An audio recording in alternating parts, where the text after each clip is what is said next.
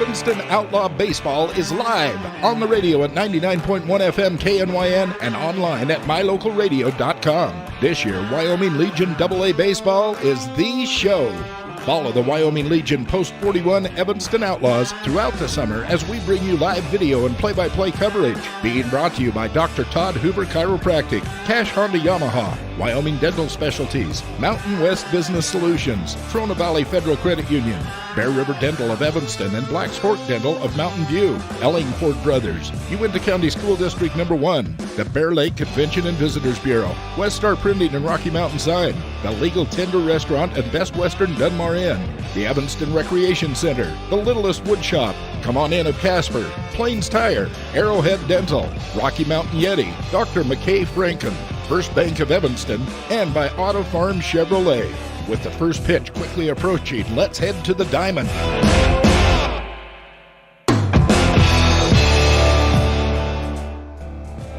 Giants Field, the spot of today's matchup featuring the Evanston Outlaws taking on the Thunder Ridge Titans out of Idaho Falls, Idaho. It's all part of My Local Radio's and the Big Dogs continuing coverage of the 2020 Teton Classic, a 4-day tournament over the 4th of July weekend here in Jackson, Wyoming. Elan Off and Jake Hibbard, and it's going to be a fun one. We're going to step aside. When we come back, we'll do a short scene set and talk about how the tournament has gone so far for Evanston on a First Bank of Wyoming presentation of Post 41 Baseball on mylocalradio.com and the Big Dog.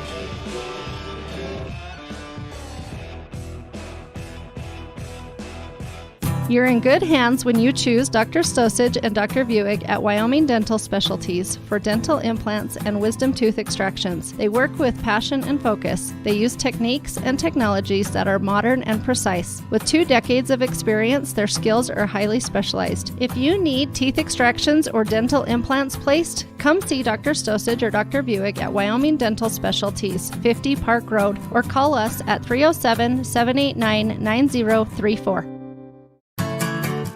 Receive the best service in the industry when you lease or purchase office equipment from the professional, friendly staff at Mountain West Business Solutions. With a guaranteed quick turnaround time, we will save you money, time, and energy with quality products and customer service that is unmatched in the industry. Serving customers in Wyoming and Utah, Mountain West Business Solutions is a local company with a toll-free number, 866-583-9925. Call us today.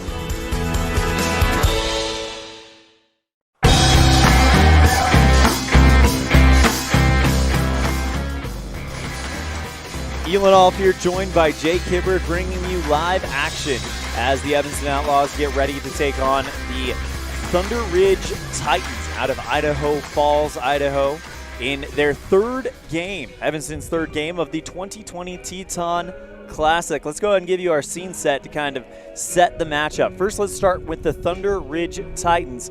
Currently with an overall record of 5-17, only 2-8 in their last 10, averaging around 5 runs per game, but allowing almost 12 runs per game. Last time they were out was against Rock Springs at this very tournament last night, and they came away with a 1-run win, final score 3-2 for the Evanston Outlaws. Currently with a 15-12 overall record, 2-0 in the conference, 5-5 in the last 10 after splitting their 2 games yesterday, losing to Madison, Idaho 8-0, but beating Idaho Falls Tigers 4-3 in extra innings.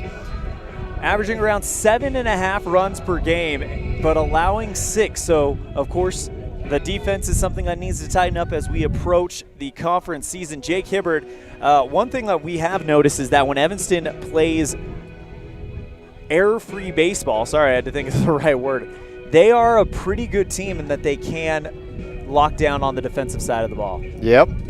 I don't have anything on that. What I'm looking at is how they're going to hit the baseball today. Evanston has not gotten an extra base hit. Of course, they haven't allowed an extra base hit, but they have all singles. Yesterday, they were out-hit 10-3 by Madison, out-hit Idaho Falls 8-3, but all singles. They need to find some gaps today if they want to get things going and put up runs in bunches early on. Looking at the pitching matchup, first let's talk about the pitcher for Thunder Ridge. We have Carter White, currently a 0-1 record with 8 walks and 8 strikeouts with 18 runs, and 7 runs earned. So, I mean, it's a pitcher that has not had the best of seasons, but anything can happen on any given day. Well, looking at Carter White, 11 innings pitched in all, so it's a pretty low sample size. Honestly, if you look at him, he's sitting a lot lower in the ERA range at 4.45 compared to a 9.11 team ERA by Thunder Ridge. It's an interesting matchup when you look at both Carter and then you look at Kaysen today, because Kaysen, like you said, guy that's not had necessarily the most success, but he's 2 for 2 in save opportunities. He can throw it really quickly. He can get a lot of velocity. And talking to guys, there's a lot of room to get a lot more velocity. He's probably sitting close to 80 miles per hour on his fastball. And guys, some of the pitchers on the team say that's all arm action, and he's got a lot of room to grow. I'm very interested with how this going with Carter White versus Kaysen Smith, how it works out today. As you mentioned, Kaysen, a 7.73 ERA. But going against a 5-17 Thunder Ridge team that's hitting below 300 on the season, if he can find his marks early, if he doesn't get himself into trouble, I think he's set up for the potential to have a very successful afternoon. And you talk about that stat for Kaysen Smith, also worthy to note, he has 1 game start in the season so far. It was a no decision. 7.7 ERA, 6 1/3 innings pitched, 8 runs, 7 of them earned, only 5 hits, 4 strikeouts, 9 walks. But as you mentioned, he is 100% on save percentage. So it's one of those guys that's used to coming out of the pen, and now he's going to get a start against Thunder Ridge. Should be a very, very exciting matchup here today. Well, we are mere minutes away from the opening pitch. We're going to step aside. When we come back, we'll have the first inning on this First Bank of Wyoming presentation of Outlaw Baseball on MyLocalRadio.com and the Big Dog. It's human nature to think the grass is always greener on the other side of the fence. That's not always true, especially when it comes to buying vehicles. This is Dennis Lynch, General Manager at Auto Farm Chevrolet. Dealerships pay the same price for new vehicles across America. The fact is, the best deals are right here, in your own backyard. The difference is that our employees are your neighbors, people you can trust. Please visit us first, Auto Farm Chevrolet. We are your community-driven dealer. Light up your world with a custom-built LED sign from Rocky Mountain Sign in Evanston. It's a proven fact that signage that lights up creates more attention. So light it up and then add text, images, and video, and your sign becomes even more powerful. Start sharing your advertising messages and information with your customers today. The team at Rocky Mountain Sign provides all types of quality signage that is custom-built and maintained. Call today for a free quote. Rocky Mountain Sign, 307-789-5202. Rocky Mountain Sign, serving customers in Wyoming, Utah, and Idaho.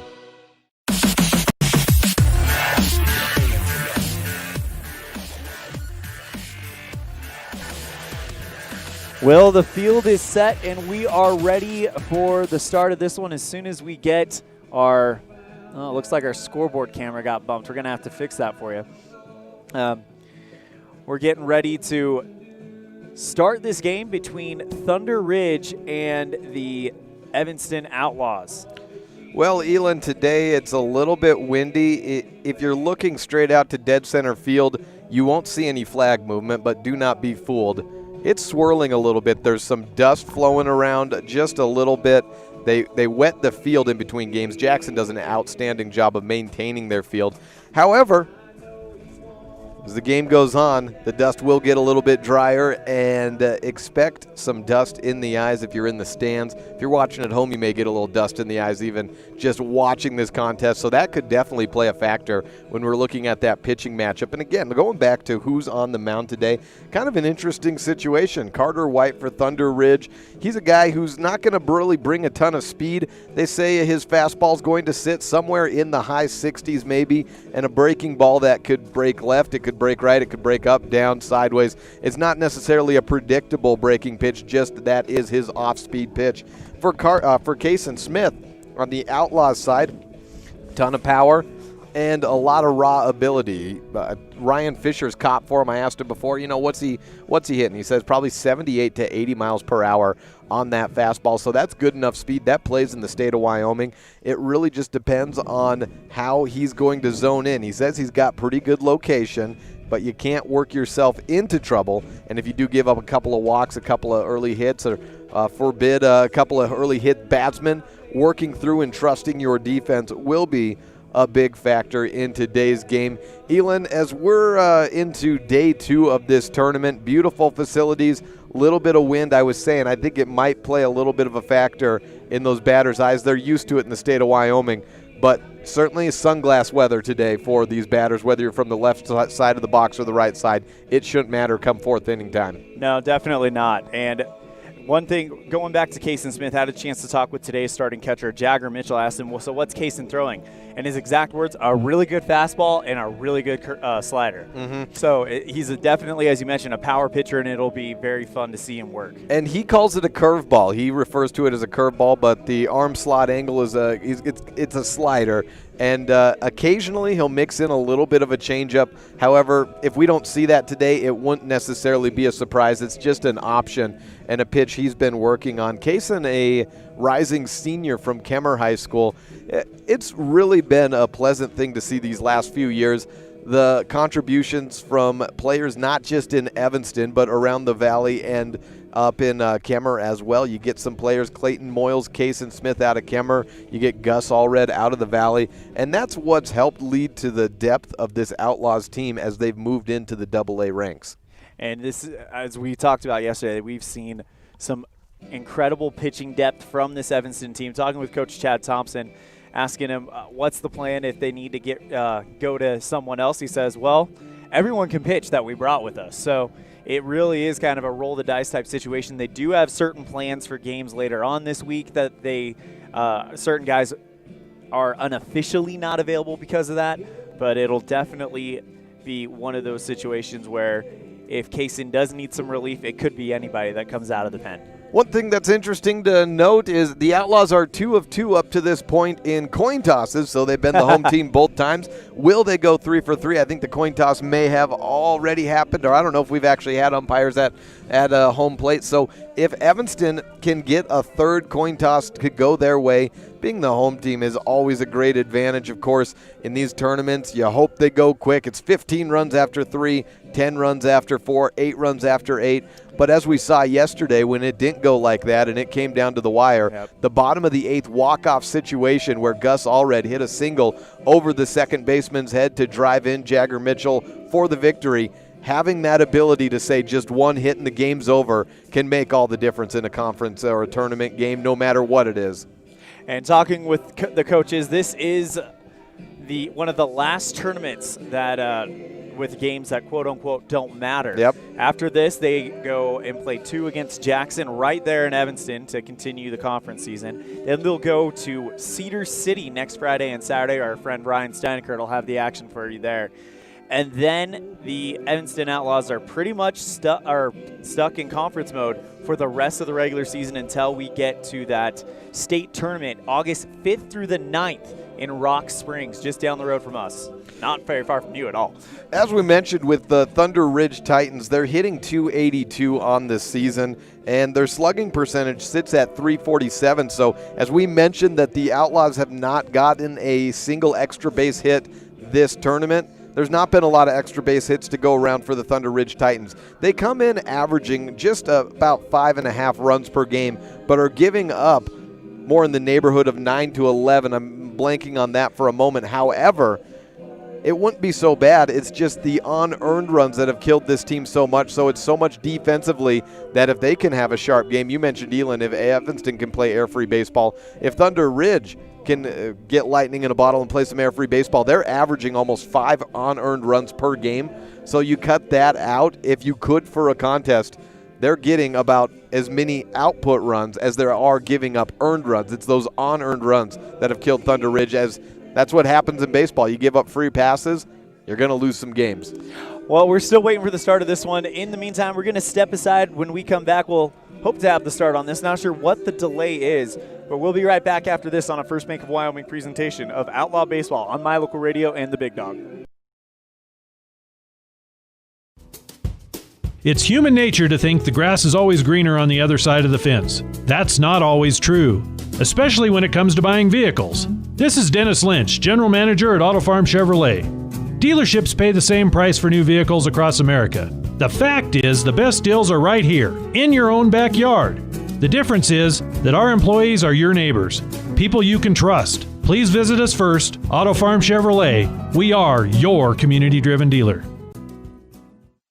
Light up your world with a custom-built LED sign from Rocky Mountain Sign in Evanston. It's a proven fact that signage that lights up creates more attention. So light it up and then add text, images, and video, and your sign becomes even more powerful. Start sharing your advertising messages and information with your customers today. The team at Rocky Mountain Sign provides all types of quality signage that is custom-built and maintained. Call today for a free quote. Rocky Mountain Sign, 307-789-5202. Rocky Mountain Sign, serving customers in Wyoming, Utah, and Idaho.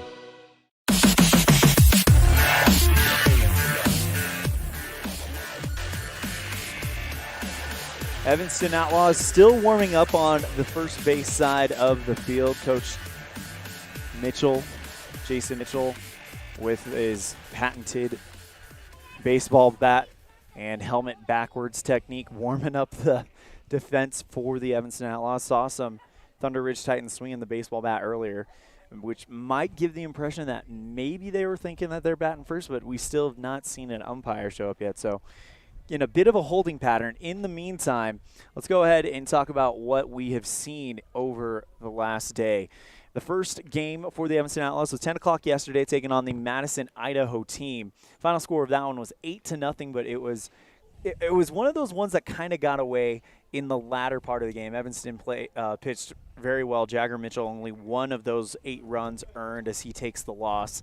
And it was one of those deals where we talked about error-free. If they played error-free, that's a much different game. Well, it's one of those deals where they needed to hit the baseball. That was the most important thing. 3 hits in a game, yeah, sure. Play error-free baseball, but look, is that going to happen very often? Probably not. So you got to hit the ball, and you got to play your game. Evanston is a good fielding team, but Madison, we've seen them multiple times. They're the superior fielding team. You got to hit the ball. And now that was not an easy thing to do. Isaac Walker was outstanding on the mound. And just before this contest was a great matchup, a walk-off as well for Lone Peak, defeating Madison, the Bobcats, 3-2 to give them just their 5th loss of the season.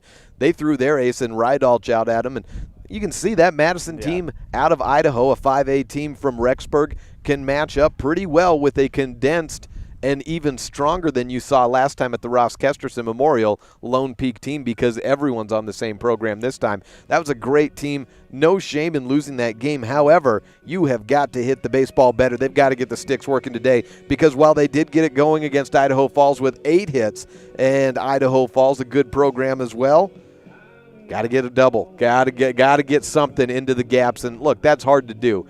You swing the bat, you hope for the best results. And the wind swirling a little bit, I think that especially when you get elevation on the ball, that's really kind of dented it and given fielders a little bit more time to get under baseball. So I think some of those drives we've seen maybe could have gone over the head of a fielder. Instead, it got caught in the wind, and they were able to catch up to it. So that's certainly been a factor. The wind's not necessarily blowing right now, but you see those cumulonimbus clouds in the background. It's not going to stay calm for the duration of this game. The umpire is here, the 2 managers meeting in the center. Evanston in their gray kind of retro uniforms with blue and white stripes, while the Thunder Ridge Titans out there in a kind of powder baby blue kit, both pants and jerseys with white numerals. They're wearing softball jerseys is what you call those, because they have blue jerseys and blue pants. A faux pas in the world of baseball, but that is going the way of the dodo, because like in most sports, there are no rules when it comes to selling merchandise anymore. Anything goes. So we're wearing softball uniforms, as I'll call them. Some of the guys have the stirrup socks. I love the powder blue. They got the white. Both have the white hats. Evanston, on the hat side, it's interesting because going back 4 or 5 years, the outlaw insignia was very, very prevalent in whether it was the jersey or the hat. Evanston or the Outlaws whether that was the logo or the physical word spelled out. In recent years, the last 2-3 years, it's become more Post 41 as they start to recognize the American Legion Post that helps sponsor this program, and American Legion Baseball, albeit this year, Wyoming Legion Baseball, a great American institution over this 4th of July weekend that you love to see, and somehow we were able to pull it off this year in this state. It really is incredible. A big hat off to all the people who worked together to make this happen on this year of all years. And thank you also for tuning in, whether it be on mylocalradio.com or the radio on KNYN 99.1 The Big Dog. I mean, we could not do that without your support, and most importantly, we could not do it without our sponsors.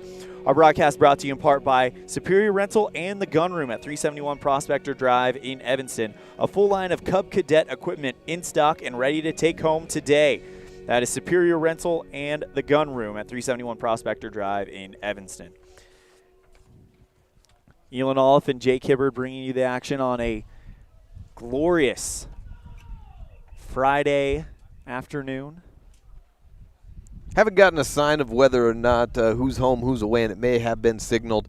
I see the Thunder Ridge guys huddled up to the left of their third base dugout, and I thought I saw some gloves, but I'm not sure that I do. I think I see some bats, actually, so let's say for the moment that they would be the away team, and Evanston coming out with their gloves, so they are the home team. So it looks like 3 for 3. I don't have no word if Evanston was the coin toss, but let's go ahead and give you your lineups as they start out. First coming out for the batting, Thunder Ridge. Connor Hall, number 3, leads it off, followed by Kason Isom. Dylan Forsgren is batting in the 3 spot, followed up by Colby Landon in the cleanup spot. 5, 6, 7 is Cyrus Johns, Brent Tueller, and Tanner Burdrow. And in the 8-9, David Hernandez and Parker Norman on the field. And pitching, Kason Smith throwing to Jagger Mitchell at the catching position. Over at first base, the always defensively solid Gus Allred, who had the walk-off single in the 8th inning to defeat Idaho Falls yesterday. Brendan Thompson at second base. Reed Gross in the 6th spot playing short. Jordan Snyder over at the hot corner in third base, and left to right in the outfield. We've got Casey Perriman at center, Ryan Fisher and over in right field to round it out. It's Kendall Cummings. We've got Kason Smith out there on the mound. ELAN, what's it going to be? You've seen him pitch before, just 6.1 innings on the year. Kason, can he go the distance? Can we see 4 or 5 innings, or are we looking to just get a couple? What do you think? Does he have the endurance to go the all 7 this day? From what we're seeing, I mean, considering he's pitched 6 innings, 6 1/3 innings the entire game, I think it's in him, but I also would not be surprised if Coach wants to pull him a little early and save him for a possible save opportunity against Jackson, as we do have conference games just on Tuesday night. So you got to keep an eye on that pitch count. Anything over, let's see, probably at this point, anything over 60, then you'd be looking at probably pulling him out and bringing someone else in. Jagger Mitchell behind the dish today, and that's the 3rd catcher we've seen in as many games. And the Outlaws have a lot of guys who can catch. They don't really rely on anyone too much because it's hot out there. Being a catcher has a toll on the knees. You can't focus as much on your offense sometimes when you're catching because you just got to worry about the pitchers. So it's a luxury, just as we've talked about the battery of pitchers available, that you have the bullpen of catchers to go to as well. And Jagger and Reed Gross have primarily been the guys that have been behind the dish for Evanston. Ryan, I believe he's only caught maybe 3 games this season, yesterday being the 3rd. As we get ready to kick things off, Connor Hall, the second baseman for Thunder Ridge, getting come out. One thing I just noticed on the Thunder Ridge jerseys, they have that TR on their left shoulder, and it's in red. It's in the Stars and Stripes, so a nice little patriotic touch for 4th of July weekend. Yeah, I ran into some of the coaches for Thunder Ridge, and that's how I spotted them out when they were just showing up. I saw the TR and thought there's no other person, no other team that could be. Connor Hall stepping in. He's batting the leadoff spot, the second baseman. Right-handed batter against Kason Smith, the strong right-handed pitcher. And the first pitch, high and into the backstop. Ball 1. Leading batter for Thunder Ridge is Parker Norman, but Connor Hall coming in just shy of the 300 mark at 293, and actually one of their leaders in extra base knocks. He has 4 doubles on the season and a triple. The 1-0 from Smith. Catches the outside part of the zone for strike 1. First pitch at 4:25, so they will not start another inning after 6:25 if necessary. Smith kicks and deals on the 1-1. That one catches the beautiful part of the inside part of the window. 1 ball, 2 strikes to Connor Hall. Kaysen kicks and deals. Fouled off to the first base dugout. So he'll stay alive. 1 ball, 2 strikes to Connor Hall. So Kaysen winning the first battle thus far. Looked like Kaysen went off speed on that pitch after going fastball previous, and Connor was able to stay alive, but not too much to do with it. The 1-2. Outside for ball 2. So 2 balls, 2 strikes. Thought for a second that was going to be strike 3. A little outside, though. After Connor Hall, it'll be Kaysen Isom and Dylan Forsgren for the Thunder Ridge Titans. The 2-2 popped up foul over by the first base dugout. He's staying alive. He's been behind on a couple of pitches, but you just got to keep going when you get down 1-2 in the count. Worked it to even. 2 balls, 2 strikes, as you mentioned, even count. Righty versus righty. Kaysen Smith nods his head, gets the sign from Jagger Mitchell. The offering. Soft grounder at Gus Allred at first. He underhands it to Kaysen Smith, who runs over from the mound and tags the bag for out number 1. Good teamwork and awareness there, because it was he knocked it, it felt like. It sounded like off the edge of that bat, right off the very back of it. And so it was a slow roller. Gus had to come up and make the fielding opportunity, and he really had no chance to run back to the bag. So it was a good quick cover by Kaysen to get there in time. Kaysen Isom, number 13, and the center fielder for the Titans. I keep wanting to say Trojans for some reason. I'm thinking Kelly Walsh. As Kaysen steps in, long blonde hair coming out from under his black batting helmet. Black and blue bat in hand, ready to go. Righty versus righty matchup again. The first pitch from Smith. Finds the zone for strike 1. Nice heat there. Haven't seen too many location issues for Kaysen, and when I talked to Ryan, who has caught him this year, he said that's not really been an issue so far this year. 0-1 from Smith to Isom. Hot grounder at the second baseman. Thompson throws to Gus Allred for first, but not in time. So an infield single for Isom. Slow roller. Kaysen threw a glove down and didn't quite get to have much time to react. But after it got past the pitcher's mound, it was slow to get to Thompson over at second. He picked it up and fired, but a quick move to get to first by Isom. Dylan Forsgren, the third baseman. Big right-handed batter. Steps into the box with his black bat, white batting gloves, ready to roll. Kaysen takes off his glove, kind of resets things, and now sets at the belt. Checks the runner and delivers the first one. Strike 1. Runner on first is Kaysen Isom. He got on a 1-out single, which was a slow roller to second base. Runner thought about going as Forsgren chops the 0-1 foul, make it 0-2. You'll watch out for the power with Forsgren. He's one of only 2 players for Thunder Ridge to get a ball out of the park this year. Just 1 home run, but a .474 slugging percentage and a .342 average. He's right up there with the best of them on the team. It's easy to see why, as this guy packs a lot of power. The 0-2 fly ball heading into right field, but hooking foul. I've seen a lot of long hair, myself included, this weekend, and I can't help but think it's just you couldn't get a haircut for a time, and being teenagers, once you get it long, you're feeling cool. Yeah, why not keep it going? Yeah. I think everybody when they were a teenager had that stage at one point.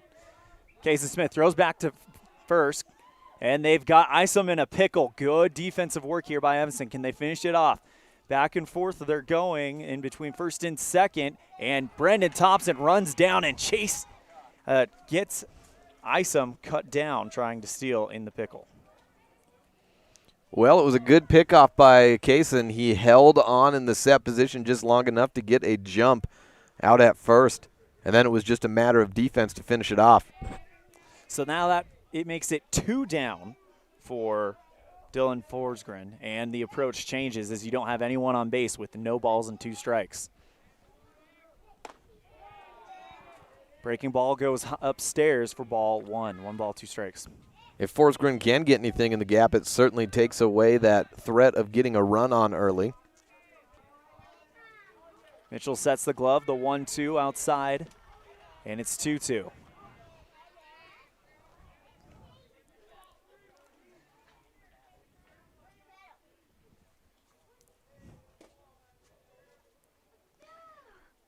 It was a little windy when we were getting ready to set up, but now that wind has appeared to calm down, as you mentioned. It comes and goes. It'll be back. 2-2, chopped up high into shallow first base foul territory. A diving Gus Allred tries to make the play, but he's just short.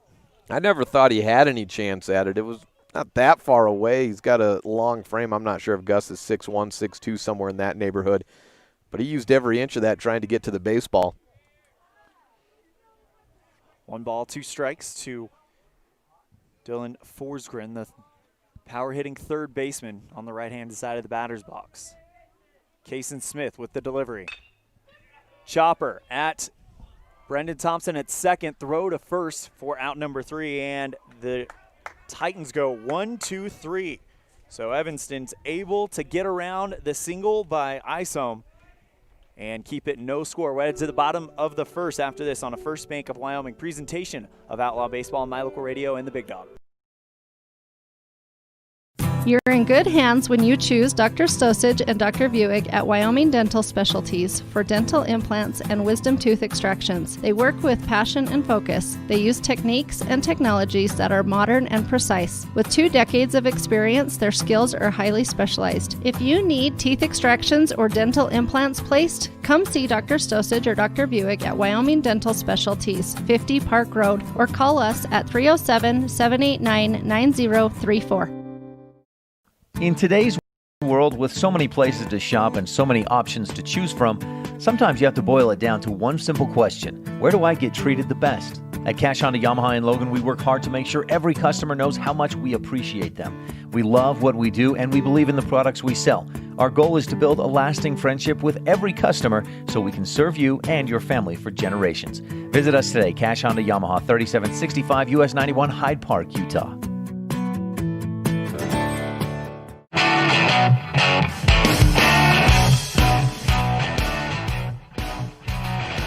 Down go the Titans, 1-2-3, and that sets things up for the Evanston Outlaws to try to get first blood on this Friday afternoon matchup, July 3rd, 2020. Elan OLLIFF and Jake Hibbard bringing you the action live from the 2020 Teton Classic. And now while we have the teams going up, let's set it up for the other side. Reed Gross leading off as usual, followed by Clayton Moyles, who will play in a DH position today. At the 3-4-5, Jagger Mitchell, Ryan Fisher, Gus Allred. At the heart of the order, Casey Perriman, followed by Brendan Thompson, and Schneider in the 8th spot, that being Jordan Schneider, followed by Kendall Cummings to round out the lineup. Carter White on the mound and a battery of David Hernandez at catcher. Around the horn, starting at first base, Cyrus Johns at first. At second, Connor Hall, Colby Landon on short, and Dylan Forsgren at third base. In the outfield, Parker Norman at left, Kason Isom at center, and Tanner Bergero at right field. First pitch to Reed Gross. Reed chops one on the third base line, but foul. Well, a scoreless first inning for Kason Smith, and have to say, so far so good. He got a guy on a single, but was able to pick him off. The 0-1 to Gross. That one almost did end up behind him. Well, it did end up behind him. I was worried for a second it would be called a strike on a foul ball, but I don't think it got a hold of it. Clayton Moyles, the designated hitter, on deck, as he'll be hitting for Kason Smith.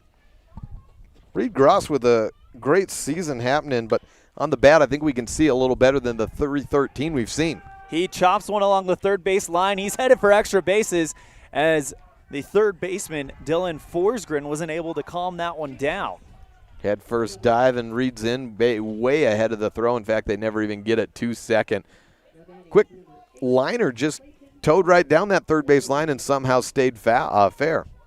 Interesting. So we've got, according to the lineup, we had Dylan Forsgren playing third baseman, but that is not Dylan standing at the hot corner. We're going to have to look that up. That's number 18. Oh, I thought I see 28. Clayton Moyles, the right-handed batter, shows bunt. It goes along the first base line, sending the Gross over to first, and What a run by Moyles as he places it perfectly in no man's land between home plate and first and beats out the play. Number 3, the catcher Jagger Mitchell, is the batter. So back-to-back hits for the Evanston Outlaws as we got the leadoff hit was a double. So you were talking about not having an extra base hit. Well, they answer the call early. Runners on the corners, nobody down for Jagger Mitchell. Now we got Connor Hall at shortstop. That's 28, so that's just Colby Landon going over to third base as we had him listed early on. They must have made a lineup switch I think we got those lineups about an hour before first pitch.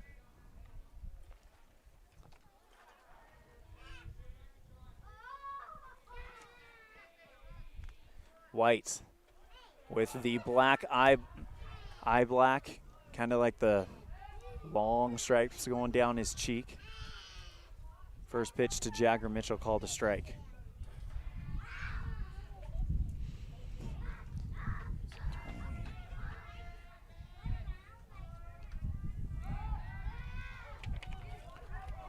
And there we go. Moyles taking off for second, and that'll bring home Reed Gross. Evanston off and running early. So a double steal there by the Evanston Outlaws. Well, he was picked off. There was never even a pitch. He just got picked off at first, took off, and as soon as that happened, Reed took off for home and slid in face first. And Moyles was safe as well. As soon as Reed took off and they realized it, they threw home, so Moyles was good to go. Conversation happening between Carter White in the infield with the coach. We'll see if there's going to be some changes early. So that was a good catch out there, Elan. Carter White's 18. He's on the mound, however, was 28. So Colby Landon at third, Forsgren at second, and then, oh my goodness, second base is what I had him at. Connor Hall, he goes to 6. So just a shuffling around of the infield.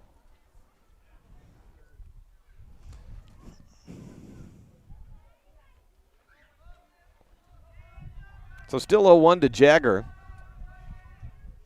Jagger pops this one high, and it goes hooking foul in left field, but the left fielder runs over trying to make the play at the fence. Parker Norman, but it's out of play.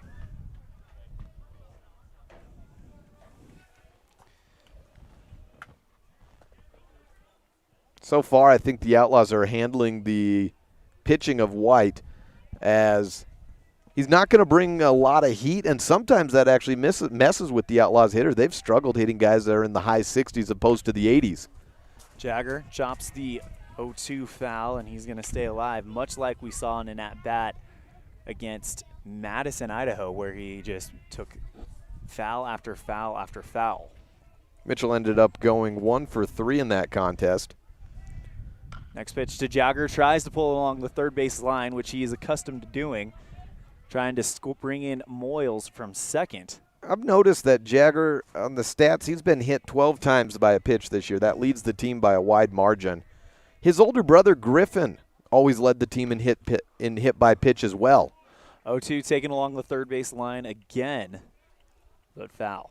You know, I just thought it was kind of interesting. Two brothers that get hit a lot by pitches. I mean, Griffin would get hit 25 times in a season, it felt like. And there it is, hit number 13, as you call it. Jagger Mitchell gets on via hit by pitch. And we're into hitter number 4, nobody down. Have to ask if Jason ever got hit. Of course, I don't think he played in high school, so maybe we'd have to go back to the Babe Ruth level. But maybe the Mitchells just have that sort of face about them where you get hit. I don't know what it was, but Griffin used to boast about his hit-by-pitch numbers. I haven't heard Jagger talk about it. However, there it was, the 13th of the year, by a wide margin out in the lead. Ryan Fisher takes the first pitch and fouls it into the back screen for strike 1. In fact, now with 13 hit-by-pitch, he is more than double number 2 on the list at Kendall Cummings with 6 times he's been a hit batsman. Moyles with the leadoff of second. Fisher. Nice little swing right in between the third baseman's glove, and they're going to bring Moyles home. They fumble around with it in left field, and Clayton Moyles makes it a 2-0 game as he scores an RBI single for Ryan Fisher. Well, there you go. That's what we talked about in the pregame. Thunder Ridge is averaging right around 10 runs given up per game, but almost 5 of those have been unearned. That's the first of the day for that. And I don't know exactly how that first one would be scored. I think we're just going to call that, they're just calling that a stolen base, so no error on there. But that's certainly an unearned run in that situation. Gus Allred, the lone lefty, takes the first pitch as a strike one right down Broadway. Of course, Gus Allred hit the RBI single to win the game in extra innings yesterday over Idaho Falls. Final score of that one, 4-3. The 0-1 fly ball into right field. It is down, and that's going to be extra bases. Hits the wall. Jagger Mitchell being waved across. It looks like they're going to bring Fisher as well. Nope, they give him the stop sign, and an RBI double for Gus Allred, who's got the hot bat this weekend. I'll make it 3-0 and 3 extra base knocks through the lineup. 3 runs. I said they got to find some gaps if they want to put some runs on early. And after going scoreless in the top half, they have opened up the game with no sign of slowing down. Casey Perriman at the bat, if he can find a gap here, helped out a little bit by that error, and that's the big problem that you've seen Evanston do a lot of times as well. One error can kind of open things up and make a long inning even longer. Runners in scoring position with Fisher on third and Gus Allred on second. First pitch to Perriman is outside corner for strike one. Casey Perriman coming in as a .337 hitter. He started off really hot, cooled off a bit, but now as we're into the second half and probably the final third of the season, really, that's about where you're going to sit for those stats when it comes to all-district, all-state voting. 0-1 is down and out for ball one. It's interesting. We're getting rid of districts after this year in Wyoming. There will be no West and East after this year. The 1-1 on the way, and it's in almost the exact same spot, outside and low. Ball two. I get it that there's no conference, like just 8 teams, but it's going to be a little weird, no West and East. It will be, and it'll also be interesting to see what records they take for seeding in state, as the next one is low, and it's a 31 count. 3 balls, 1 strike to Casey Perriman. It's going to add a little bit of travel and one-off tournaments for the Outlaws, having to go to Gillette one year. Of course, the next year I think they'll come, and I think you do a travel, so you play Gillette and Sheridan. Perriman into left field. That's down, and that will score Ryan Fisher easily. Gus Allred hustling. The ball is rolling to the wall. This is going to be a 2-run RBI double. They're telling him to come to 3, and he'll get there. Well, the ball wasn't picked up on the cutoff. He tried to hit the cutoff man, came up short, or maybe underthrew. I'm not sure. I got a pole in my way of that view, but the ball was dribbling toward third base, but Coach Mitchell at third decided to send Perriman because he just surveyed the scene and said, Casey can get there before they're going to pick the ball up and try to make a throw. Here's the team leader in RBIs for the Outlaws, Brendan Thompson with 30. I mistakenly said it was Jagger yesterday, but it is Brendan as he comes into this game. And he's got a chance for RBI 31 with Casey Perriman standing 90 feet away. First pitch is down in the dirt for ball one. Brendan, a .294 hitter. Next one outside and in the dirt again. Right now, Carter White seems to be having some issues with location. Shows you sometimes RBIs are a situation of circumstances. Brendan just 3 extra base hits on the year, more of a singles hitter. And a single would give him an RBI here. Next one low again. 3 balls, no strikes. Brendan Thompson has him right where he wants him.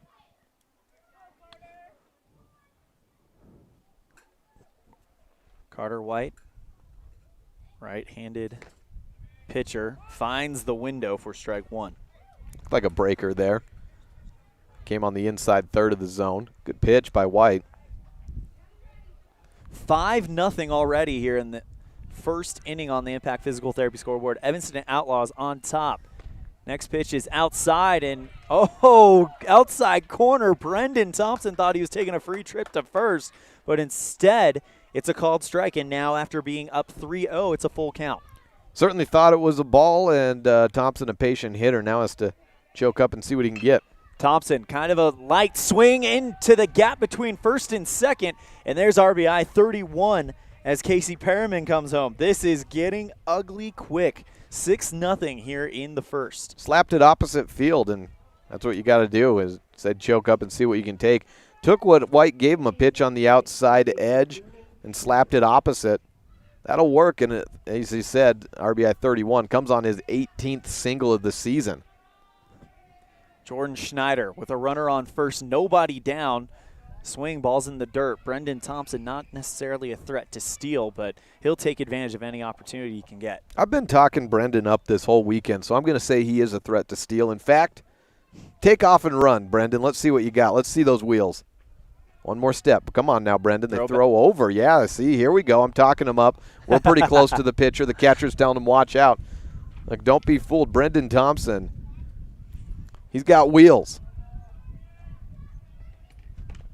Next pitch, the 0-1 fouled off, and it's 0-2. I think that's the first 0-2 count we've seen against an Evanston Outlaw in this game. Well, it comes at the number 9 spot as well, so one way or another with no outs, we are about to see the lineup turn over.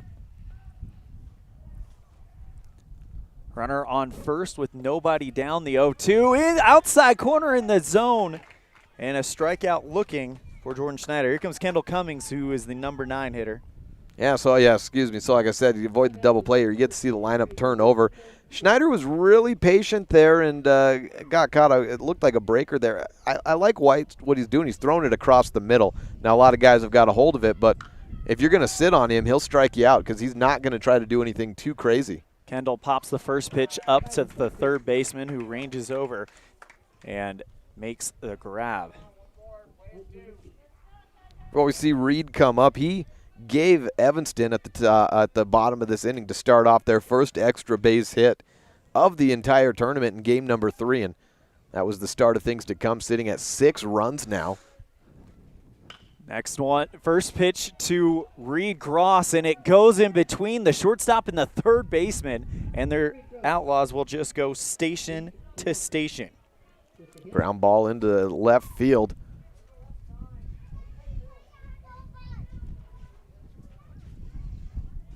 So a double and a single now for Reed Gross. That'll bring up Clayton Moyles, who hit a double last time, or a single last time, excuse me. With a runner in scoring position at second, that's Brendan Thompson. I just checked his stats. He's got 5 stolen bases on the season, so he is definitely a threat to go. Who are we talking about, Brendan? Yeah. 5 steals on the year? You're kidding me. Are you kidding me?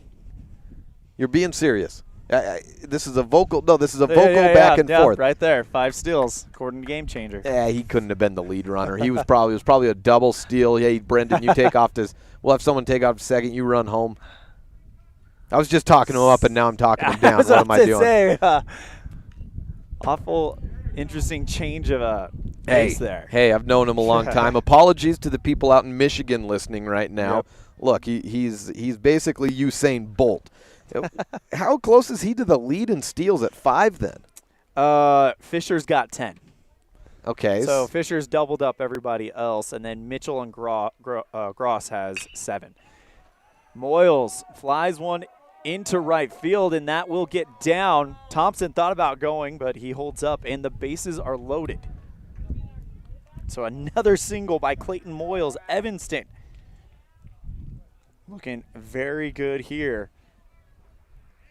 Okay, so Fisher's at first with 10. Then what do we got after that? I mean, after that, you've got Jagger at 7 and right. Reed at 7, and then 7. Thompson at 5. All right, so he's 4th place, just like the Flint Tropics. Jagger Mitchell, the catcher, who is hit by the first pitch, or hit by pitch in his first at bat. So he's going to step in there, having a chat with the umpire about something. I believe that was the home plate ump when he was pitching yesterday, actually. So maybe going back to those reminiscent days, all the way back to yesterday morning. Ducks on the pond for Jagger Mitchell. First pitch. 14 on the year. They say it hit the corner of his bat. Jagger was already taking it back to first. I thought he got hit on the hand, but maybe would have reacted more. So he thought he was going to get hit again, but.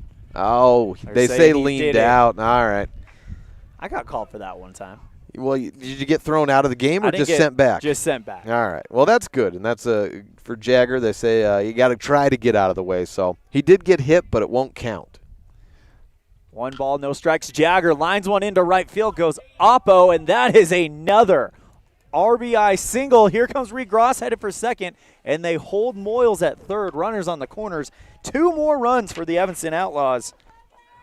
Well, Tanner Bergero out in right field was hoping that the ball would have enough carry in it to get a catch and finally end this inning. He was running toward it, but eventually had to pull up as the liner into opposite field dropped just 1 hop in front of him. 8-0 on the Impact Physical Therapy scoreboard in the first inning. Still bottom of the first. Yeah, we got time to go. We started this game a little bit late as the contest before Lone Peak and Madison.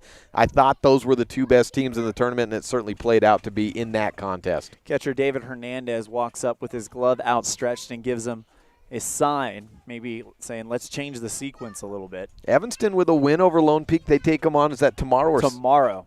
Hey, so now you get a chance to say, is Evanston in, because Lone Peak's undefeated. Yep. They'd lost to Madison. Certainly they're going to have to hit the ball better. And you maybe don't see, we'll see what we see at the pitching. We know Evanston's going to throw some good players at them. First pitch to Ryan Fisher in the dirt, rolls away. Thought about sending Clayton Moyles, but instead Jagger Mitchell advances to second on the play. Yeah, I know it's the bottom of the first inning, but I think you're kind of going station to station at this point. I don't think you need to try anything crazy or really try to show up any team. Just keep them where they're at. 8-0 on the Impact Physical Therapy scoreboard. Bottom of the first, as Evanston is again the designated home team. Pitch outside. Quick hop up by Hernandez to keep the ball going back to the bricks. That may have scored a run. 2 balls, no strikes to Ryan Fisher with 2 down.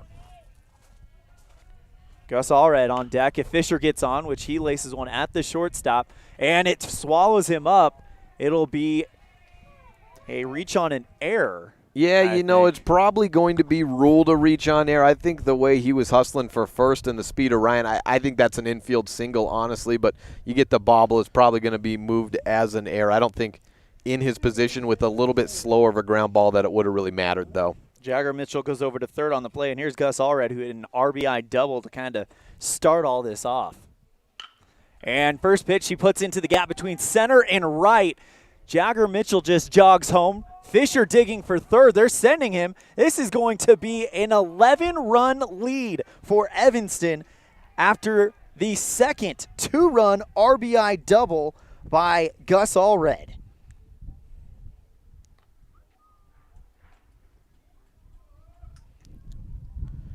Well, they're now halfway through the lineup again and past that down to the number 6 hitter, Casey Perriman. Couple of good hits by Gus with second double. Second in a row. I mean, I said I wanted some extra base hits out of the Outlaws today after getting none in 2 games yesterday, but I didn't expect them to all come in the first inning. First pitch to Perriman outside in the dirt. Good snag there by David Hernandez, the catcher for the Thunder Ridge Titans. 11-0 Evanston on the Impact Physical Therapy scoreboard. They've been sitting at 2 outs for a while as well. Of course, several of these runs will go unearned. Chopper along the third base line. Good pickup there. Throw across diamond to first, and that will be the inning. So 11 runs scored in the first inning, and Evanston leads it 11-0 on the Impact Physical Therapy scoreboard. This is a First Bank of Wyoming presentation of Outlaw Baseball on My Local Radio and the Big Dog.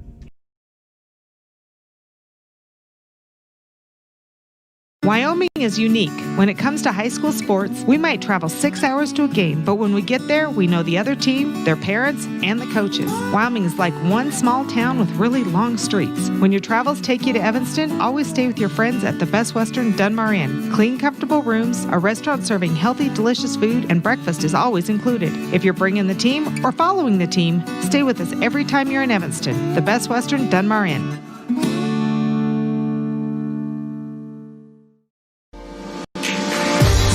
As your local Ricoh, Toshiba, and Sharp dealer, Mountain West Business Solutions represents quality office equipment that lasts. We work with each client to understand your workflow, your goals, and your bottom line. Whether you lease or purchase office equipment, we have many ways to work with you to provide the best products at the best value. We also service and provide supplies for HP printers. Call Mountain West Business Solutions today. Let us help you find the best solutions for you and your business. Hello, this is Dr. McKay Franklin. Something I've really enjoyed as a dentist over the past 20 years are the lasting friendships that I've formed with many of my patients. My staff is really great, and we try hard to make sure that every patient feels a warm welcome. It doesn't matter if it's your first visit or if you've been with us for years. Every patient is welcome and always appreciated. Our goal is to provide the best dental care possible at reasonable rates. Please call us today to schedule your appointment at 307-789-8910. Go Red Devils!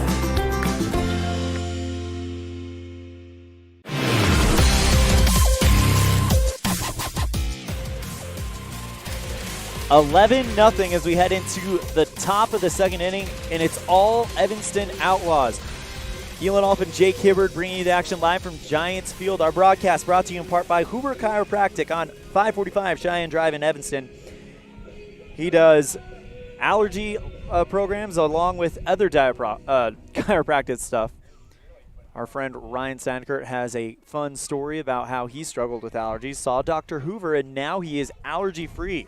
So he does all the chiropractic stuff, plus weight loss programs, blood work, anything that you could imagine. Call 307-789-0043 for your appointment today. Jake, coming into this game, Evanston, and you mentioned it in the pregame, no extra base hits. Well, that's not the case anymore, is it? Yeah, as we see Kason Smith go up against Colby Landon, the cleanup hitter for Thunder Ridge. Yeah, no extra base hits, but after one inning on Friday, 3, including 2 doubles by Gus Allred, 12 total bases on 9 hits in the inning. 1 ball, 1 strike to the number 4 hitter for the Thunder Ridge Titans, Colby Landon. And now it's 2 balls and 1 strike. Just notice that our Impact Physical Therapy scoreboard is definitely off. Off kilter? Off kilter, so we're working on that. Apologies. You take that. I'll take over play-by-play for a moment, Elon. So Kason Smith gets a swing and a foul up against Landon, puts the count at 2-2. No one on here in the top of the second inning. 11-0 lead for Evanston after 1 inning of 9 hits, 12 total bases, a couple of errors to go into that. The pitch by Smith low in the dirt, and it goes full at 3-2. Landon, a right-handed hitter, a tall guy in the baby blue jerseys, stirrup socks, taking his warm-up swings into the load position. Smith looking straight at the catcher of Mitchell. The 3-2 is outside, and Landon is the first base runner of the day for Thunder Ridge. Races down to first base as Kason did not really get into any trouble count-wise in the first inning. That's the first walk given up by him. First base runner given up. Brings up the number 5 man, Cyrus Johns. Landon was a right-handed hitter, as is John, so 1 through 5 so far for Thunder Ridge, all righties. Smith into the set position, throws back to first. Already has 1 pickoff on the day, and slide in by Landon. He's in there safely. Allred applied the tag as quickly as he could, but Landon had the hand in on the first base bag. Righty on righty matchup, and in a set position by Smith. Here's the pitch. Breaking ball up into the top of the zone, and a swing and a miss puts the call at 1-1. 11-0 on the Impact Physical Therapy board. Kason Smith working with house money right now on the mound. He got the start, just 6.1 innings on the season. Just his second start. A couple of saves, though. The pitch down and through the legs. Mitchell racing back, runner on to second, and Landon will reach without a throw. Just goes through the legs of Mitchell for what should be a pass ball. Puts the count at 2-1. John's taking his swings outside of the right-handed box. Steps back in and is ready to go, resuming play. Count, I believe, at 2-1. The pitch by Smith is a strike. Went fastball, lower outside edge, and we are at what the board says 1-2. And let me double check here. Yes, it is 2-2 count as we have a game changer, keeping the official stats in front of us. Smith into the set position, looking back at second base. Landon dancing around. The pitch home is a strikeout looking, and that's the first out. Cyrus Johns goes down with the backwards K, brings up number 32, the DH, Brent Tueller. 1 out in the inning. Runner at second base by way of a pass ball. Kason Smith, just one base runner given up, although it's just through 1 1/3. He's looked strong. Strike on a fastball, first pitch. 0-1 to yet another righty, Brent Tueller. Boudreau on deck. He's the right fielder in today's contest, wearing number 4. Look back to second base. Smith comes home on the 0-1 and delivers another fastball. This one below the zone, at evened up at 1-1. 11-0 the score on the Impact Physical Therapy scoreboard. Evanston on top of Thunder Ridge.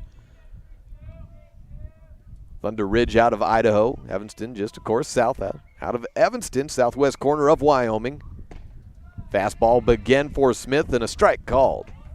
No swing yet shown by Tueller. The count is at 1-2, 1 out in the inning. Runner on second base and an 11-0 lead on the Impact Physical Therapy board. Baby blue jerseys.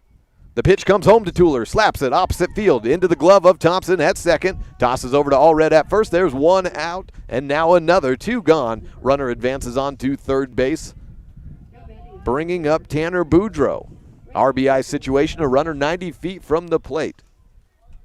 All right, I think we've got that camera straightened out. And for those of you watching on My Local Radio, yes, we are in Jackson, but no, it is not snowing here. The cottonwoods are absolutely ridiculous at this moment in time, as that's what you're seeing fall in front of the scoreboard camera. Yeah, I told you there was no way the wind wouldn't come back up.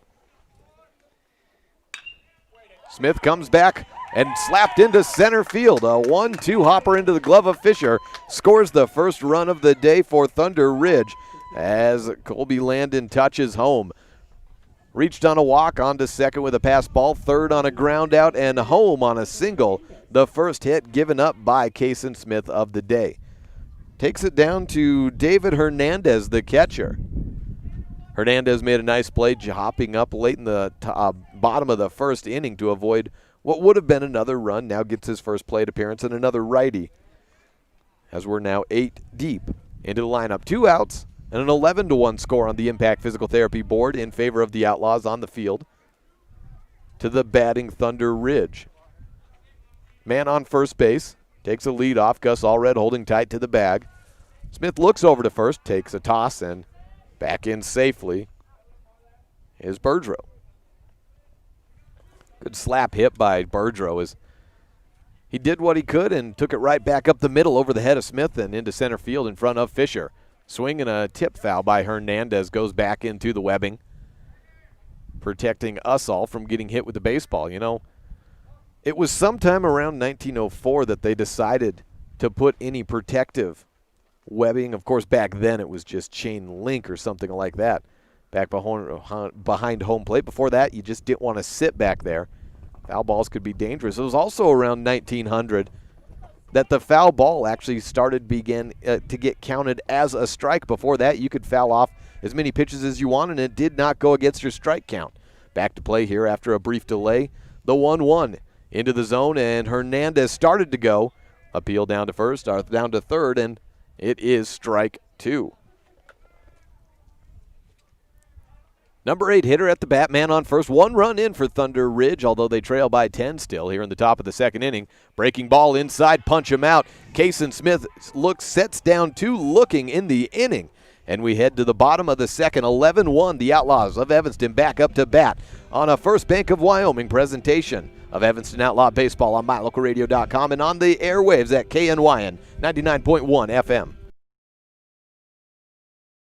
Early Oregon-bound immigrants traveled through the Bear Lake Valley. U.S. Highway 30 basically follows the Oregon Trail. Many wagon trains stopped at Thomas L. Pegleg Smith Trading Post, located near Dingle, Idaho, for supplies. One traveler wrote of camping along Cotton Line Bear River, watching grass as tall as a man wave in the wind. Today, you don't have to ride in a wagon to visit Bear Lake Valley, but the rich history is still here to enjoy. Visit bearlake.org for more information.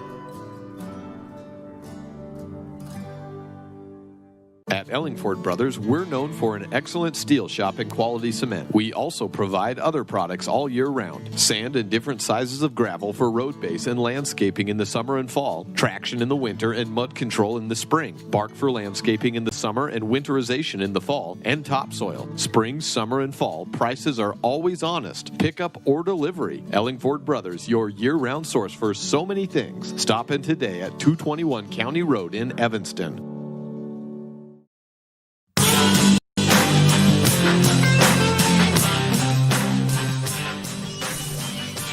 11-1 the score on the Impact Physical Therapy scoreboard. Outlaws on top. Carter White goes out for inning number 2 after what I'm sure is probably a inning he would like to forget as Brendan Thompson steps in to lead off the second inning. No, 7, 8, 9 to start the order. Thompson had a single, but 8 and 9 were 2/3 of the outs in that. So White's getting this inning in a little bit better position based on his previous attempts. However, usually you want to get to the 3rd or 4th inning before you start seeing the lineup order second time around. He did that pretty much all the way through the first inning, so he's got that out of the way. Some of these guys getting ready, if we get one base runner, to have a 3rd trip to the plate already. First pitch outside for ball 1. White kicks and delivers. Breaking ball started inside and worked its way into the window for strike 1. Good pitch there by Carter White. Good inside third, and also good chance to get a strike against a very patient hitter. Thompson will let you get him to 2 strikes, more bats than not. Thompson, fly ball into center left field.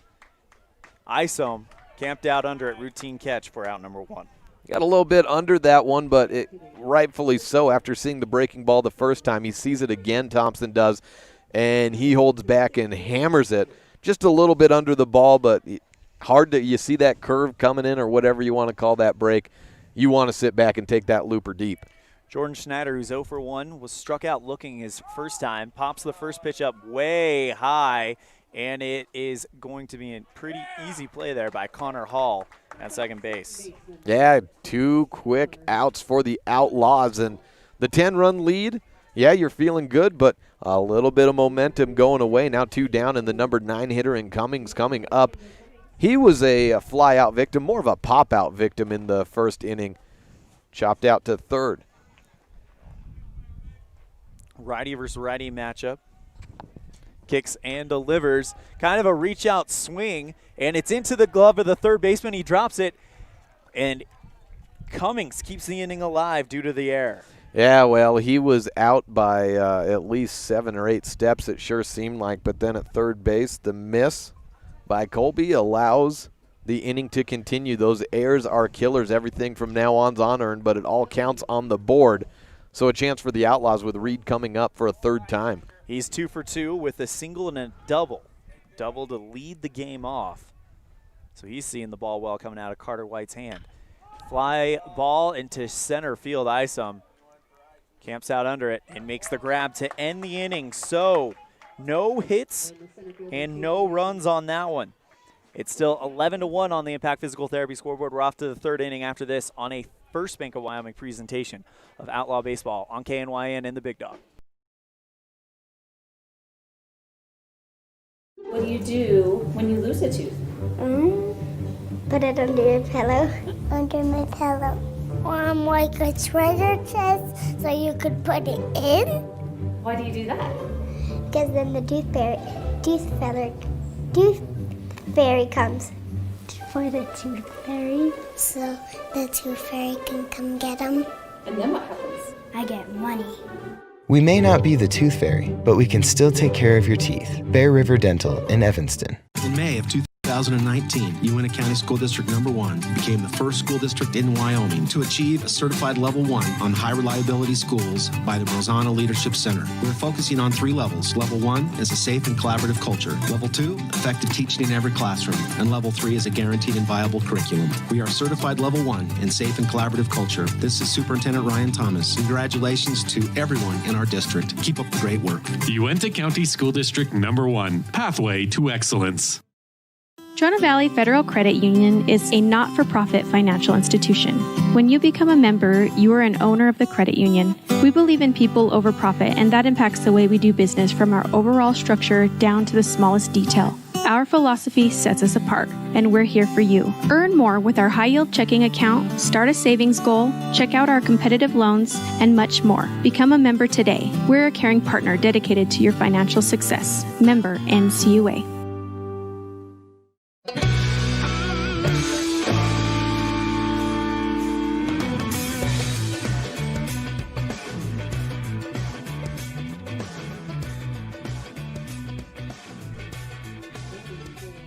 Parker Norman, the left fielder, leads it off here in the top of the 3rd for the Thunder Ridge Titans. First pitch outside, called the ball. Well, a chance for Thunder Ridge is going into the third inning of work. This is already one half of Kason Smith's prior work throughout the season at the AA level. He's getting into dangerous territory as the normal reliever gets the start. Right now, he's doing pretty good. Yeah, it's 2-0. He lost his location just a little bit. Walked one guy last time around. That's how he got the run on the board. But pretty good. I've been impressed with his location in this start so far. 2-0, swing and a miss at one inside. I think he completely fooled Parker Norman there. Oh, absolutely. It was high and it was inside, but you get the swing and miss action with Kason, which is why he's a reliever. That's what you like out of the bullpen, a lot of heat. Chopper at Brendan Thompson to second base, throw to first for out number 1. Yeah, one hopper there, and after that high and inside pitch, it had the batter just looking for anything to hit and got a hold of it, but it's not out to the outfield. A good hop on the defense. Like the way Brendan Thompson so far, knock on wood, playing some good defense out there. A lot of the shots of the right-handed hitters have been his way on the opposite side. Connor Hall, who's 0 for 1, he grounded out to the pitcher, actually. Or actually, that was the play where Kason had to run over and cover first. Anyway, he's 0 for 1. 3-1 put out on the play. And it was a good cover by Kason as he throws one past the catcher. But it seems a given, but you don't always think that, especially when it's a little ground ball in no man's land in between that pitcher and first base line. It's really easy to get caught thinking. The 1-0. Slow high chopper to third baseman Schneider, who fields it, throws it over to first in time for out number 2. Quick inning so far. No one on. 2 ground outs so far, a 4-3 and a 5-3. Kason Isom, who got on with a single, but then was caught in a pickle.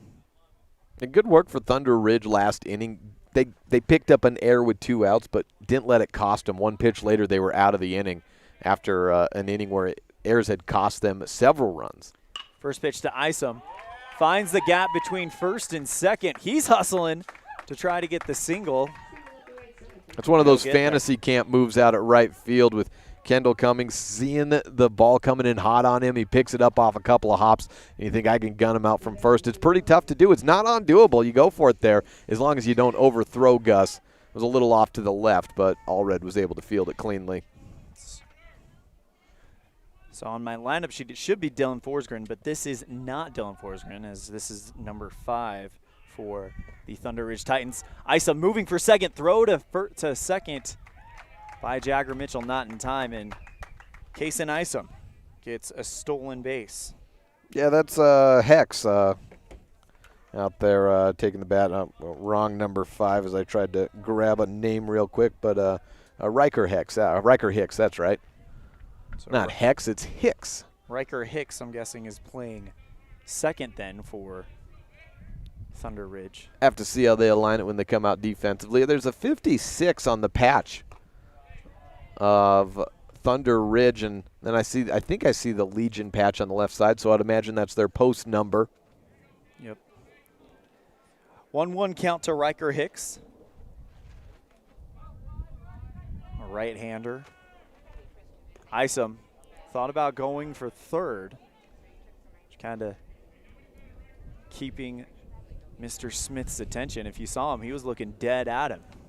Well, yeah, you had the runner start to take off at second and then pull back, and that you never know. That I think was more likely just mind games he was going for than anything else. 2-1 misses for ball 3. And Jagger Mitchell just kind of takes a few steps towards Kason, says something, and kind of underhand tosses the ball back to Kason. Do have to watch the runner at second base, though, because just looking at him, I think he's got good speed. Can never tell for sure, but you can get a general look if you think a guy's got some running ability, and a single probably scores him. Kason checks the runner at second. And 3-1 misses, and it's a walk to Riker Hicks. So runners on first and second. Hicks on the walk goes to first. Isom over on second. Colby Landon Yeah, well, Landon walked, got to second on a pass ball, and came around to score on a ground out his last time up. So the lone runner to come around to score up at the plate actually came around on a single.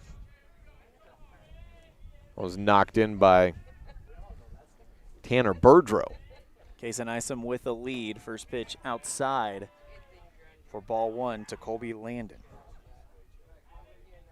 Little chance for Thunder Ridge, first and second, though 2 outs, and that came by way of a couple of quick ground outs. Isom with 5 stolen bases on the season, 3rd on the team. The 1-0 in there for strike 1. Always interesting to see, especially now, how much do teams really utilize the stolen base because of the risk factor.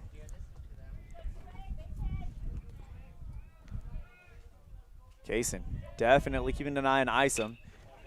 Swinging bunt, soft swing into the first base line. Kason Isom will score 1. They're waving another one around, and that's going to be a two-run RBI double. Oh, they tried to go to third base, and he's safe.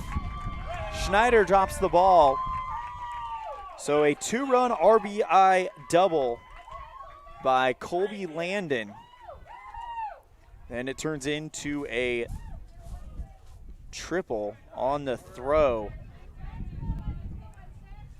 Good idea by Jagger Mitchell to try to throw it back to third. But that was not the play completed. Yeah, he slapped it over the head of Allred, and 2 runs came right around to score. 11-3, Thunder Ridge showing a little bit of life here. Got the heart of the order, doing what they're supposed to do. Cyrus Johns, the first baseman, into the batter's box on the right-hand side. The 1-0 outside and high for ball 2. We'll see if Coach Thompson decides that 2 innings might be enough for his starter. I bet he leaves him in. Look, you got an 11-3 lead, and Kason's a guy who has got a lot of learning to do at the pitching position. I think he's got a ton of talent, but this is a good opportunity to get him out there. If he makes mistakes, that's all right. Keep going. We're giving you a long leash. Reed Gross gets the chopper at shortstop, throws to Gus Allred at first to end the inning. So 2-run score for Thunder Ridge. It's 11-3 on the Impact Physical Therapy scoreboard. We are off to the bottom of the 3rd on a First Bank of Wyoming presentation of Post 41 Baseball on mylocalradio.com and the Big Dog.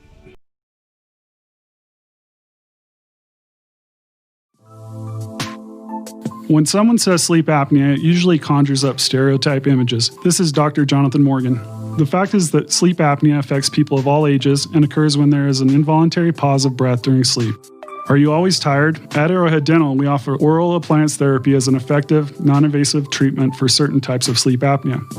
Schedule an appointment to take a simple in-home test. Visit arrowheaddentalwy.com today.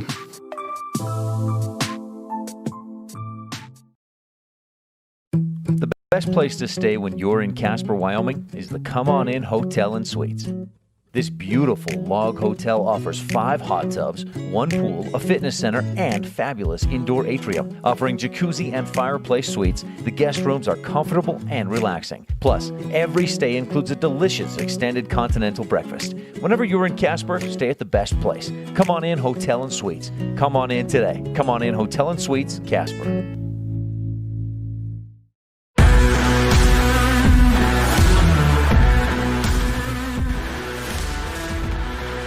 Carter White starts inning number 3, and it's worthy to talk about when you look at the 2, 3, 4 hitters, the heart of the order due up for the Evanston Outlaws. Definitely, absolutely. Look, I liked what Carter did last time. Brendan saw a meatball, and he knocked it. He just got under, and I think anytime you're going to put a ball up in this air, it's going to get knocked down a little bit. You're not going to get that range that maybe you want to, or find a gap. It's going to get stuck, and the outfielders are going to get there. But then he came in fastball, and both hitters were under it. He's looking for another quick inning with 2, 3, 4. First pitch to Clayton Moyles is outside for ball 1. Clayton 2 for 2, with 2 singles. 2 runs scored, too. Yeah, Clayton getting the DH call. A pitcher DHing. Shows he's got the bat as well. 1-0 misses outside. Tried to get that breaking ball to stay in the window, but it kind of drop diagonally into that outside corner. Were you interested, or were you surprised at all by the call to DH today for Kaysen, or you wanted to keep that bat in for Moyles? I think that's the call. I mean, keeping the bat for Moyles. I mean, yeah, he's a pitcher, but he's also proved to be quite the offensive weapon throughout the season as well. And let Kaysen just focus on his pitching, as saying, hey, this may be your only opportunity that you could go the distance throughout the day or throughout the season. 3 balls, no strikes. The 3-0, he doesn't even move the bat from his shoulder. And Clayton Moyles gets a free trip to first. Always nice when you can see guys who do it all. Clayton Moyles comes in as a .324 hitter. Sure, it's not leading the team or close to it, but that is a solid bat that you'll put in the middle of the order, at the top of the order. Look, if you got some great hitters, you can put him down, and he'd be an excellent number 7 guy. Jagger Mitchell, who's 1 for 1, he's been hit by a pitch, came around to score, and a single and scored. Throw back to first to check up on Clayton. As the angle I'm sitting at kind of hides first base for me, so I'm going to move just a little bit. Yeah, not a big lead really by Clayton. I think they know he's fast, and they don't want to have him get caught. And Jagger's off to he got nicked. All 3 times. Look, I noticed it this morning when I was going through my stats, doing my morning routine and getting ready for the day's game, that Jagger, just like his brother Griffin, gets hit a lot. All 3 at-bats, he's been hit. 2 of them, he's been sent to first. That one hit him pretty much in the same location on that little elbow guard. You'll take that. But this time he gets to go to first because he did make the move to try to get out of the way of it. Ryan Fisher, the center fielder, who's 1 for 2. Reached on an error and has a single, takes the first pitch inside for ball 1. Looked like the fastball there tailed in a bit. I thought Ryan may take a hack at it, and I think he was thinking about it for a second as well. But then it did end up pretty well inside of the plate. Clayton starting to lead off of second, keeping Carter White's attention. The leg lift and the delivery. Fastball down low for ball 2. An 11-3, the heart of the order are up. This is a chance for the Outlaws in the third. You get another inning like you had in the first. You could end it right here. They would have to get to 18, so 7 runs in this inning, and it's over. Certainly doable. Look what they did that first inning, but it gets a little tougher when the game is settled in, as we have a mound conference. That first inning, you see everything's going great, and then third inning, it seems to always be a little tougher, especially after a quick second inning, to settle in and have a giant inning like you did in the first. Our broadcast brought to you in part by Union Wireless. Visit unionwireless.com, treating you like a neighbor, not a number. Ryan Fisher steps back into the right-handed side of the batter's box as we are in the bottom of the third. Nobody down, runner in scoring position. That's Clayton Moyles on second. You also got Jagger Mitchell on first. 2-0 is outside zone for strike 1.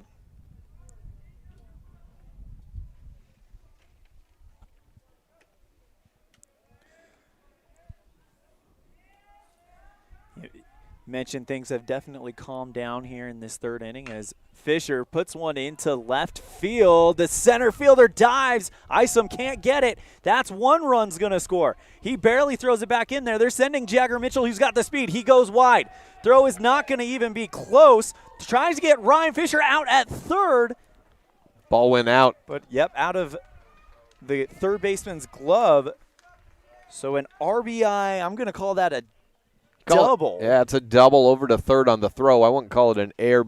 Although, on that slide with the ball coming in, I thought Fisher was going to be out with an ankle tag, but the ball goes in and out of the glove of the defender there. Well, you got a couple runs on. Now it's down to the 5-run tally, and you got Gus Allred coming up. He's been hitting the ball really well this whole tournament. 2 doubles. He's 2 for 2 with 3 RBIs. First pitch to Gus.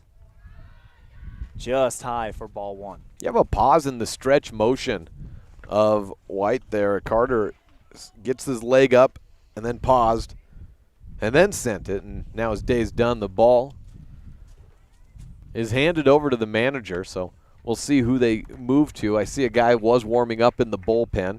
Don't have my binoculars. I don't know why I never bring my binoculars to a baseball game, but for some reason or another, I do not. But I can see that number 20 on the jersey. That brings in Stauffer. So the new pitcher on the day. Let's run you through what he has before we give you Carter White's day, although unofficially it's not quite over yet. So Easton Stauffer on the year has a 13.7 ERA, pardon me, a 13.7 ERA, 7 2/3 innings thrown, 6 games played, none started, so all of his action coming in relief. Does have a 1 loss on the year, 15 hits given up, 24 runs allowed, although 15 of them were earned, so 9 unearned runs for him. Walked 9, struck out 5, but has hit a team-high 11 batsmen on the season, a whip standing of 3.13, and that does not include the hit batsmen. So if you put that in, you're sitting more around 3.5, maybe 4 on the season. 13-3 the score. Elan, as this change comes in, take a look, as we mentioned just a second, on the day that's on a not quite over yet, as 2 base runners still on for Carter White. Ryan Fisher standing over on third is definitely going to be looking to score and possibly drive up that number of runs on Carter White. Mentioned the day's not officially over yet, but 2 innings is where the book closes for Carter White. Gave up 13 runs, 6 of them were earned, walked 1, 10 hits, and at least 3 errors, and at least 3 errors that they had that were of consequence that could have been outs if not for the fielding error. There was a couple of throwing errors that wouldn't have gone for outs, but just allowed base runners to advance farther than they otherwise would have. Only 1 base runner on right now. That is Ryan Fisher over on third for the great hitting Gus Allred, who comes in to face Easton Stauffer on a 1-0 count. First one. Pretty compact and quick trip to home for Stauffer. He kind of comes in sideways and then whips that arm around. A good leg extension off the mound in the set position. 2 balls, no strikes to Allred, and that's going to be 3-0 high. A lot of guys will have their wind up, their stretch, and then their slide, but I think Easton, he's pretty quick. I'm not sure he'd need a slide step with how quickly he does come home. Ryan Fisher standing on third, nobody down. 3 balls, no strikes. Outside, Gus Allred taking a free trip to first. Allred walks to first, brings up number 2, left fielder. That'll bring up Casey Perriman. Has a double and a run scored. You got runners on the corner, still no outs, and a 10-run lead. The guy in the hole represents the winning run at the moment. And that would be Jordan Schneider. Schneider 0 for 2. Perriman takes the first one outside, ball 1. So 5 straight balls thrown by Easton Stauffer. No strikes yet in the appearance where he's seen 1 batter. Good lead at first. Runner takes off, and they'll just opt to hold. Throw to third baseman Landon is wild, and that will score Ryan Fisher and also move Gus Allred all the way from first to second. Well, Hernandez had the right idea. You have to assume anytime that runner takes off on the open base out at second, you've got to be looking for the delayed double steal. So he fires back to third, and I'm not sure he would have caught the man, but certainly didn't help matters. The ball goes out of the glove again, so put it at an 11-run lead. Perriman up the middle for an RBI single, and it's a 12-run lead as Gus Allred jogs home. Now the Outlaws just going station to station, but running on some great hit balls. That's another one sent just up the middle. There's been several where Evanston's just taken that big hole that you see going past the pitcher's mound up second base into shallow center field and worked that to a 12-run lead. First pitch to Thompson, outside corner for strike 1. You ever seen, I'm sure it's happened, and I'm sure I saw it maybe a couple of times last year, but it's very rare to see Brendan even load on the first pitch. He basically lets it happen. He likes to work the count. He must be a pitch count killer for the opposing pitchers. He certainly can be. I would love if they would keep stats on how many pitches a batter takes as Brendan pops one up into right field, caught by the right fielder. Tagging up to go is Perriman. He's rounding second, heading for third. Actually, he did not catch that one. He must have dropped it. I thought he had that. Well, it was in and out, so I think you call that the old E9, the air out in right field. Wind picking up, and certainly, I said the dirt would be a factor, but I think, like you said, the debris is certainly a little bit more a factor than any dirt that we've seen. I was going to say that an umpire steps down, we see dust flying right towards my eyes, but winning run at the plate. All the snow, as you called it, is certainly getting in the eyes of fielders and batters more so than in any dirt. 15-3 on the Impact Physical Therapy scoreboard. Our score camera getting blown around by this wind, but you still can make out the score here. I'd say don't worry about it for now. It's a lot to a little. You got 15-3. You can see that. Let's just see if the Outlaws can walk it off here.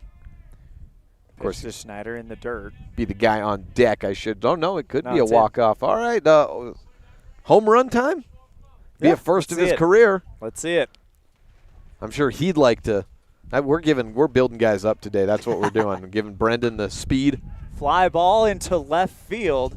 Norman camped out under it, tagging up is Perriman.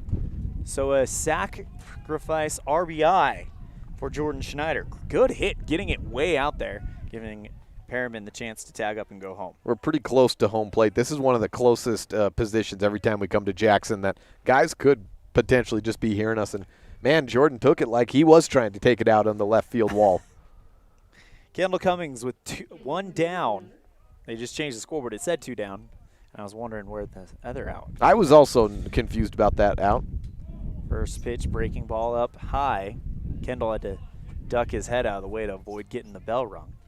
Kendall Cummings, one of the standouts on the Evanston cross-country team, so an all-around athlete. The right fielder for Evanston. Next pitch down in the dirt. There goes Brendan Thompson for third. Yeah, pass ball advances him on a 13-run lead. Winning run at the plate for the Evanston Outlaws.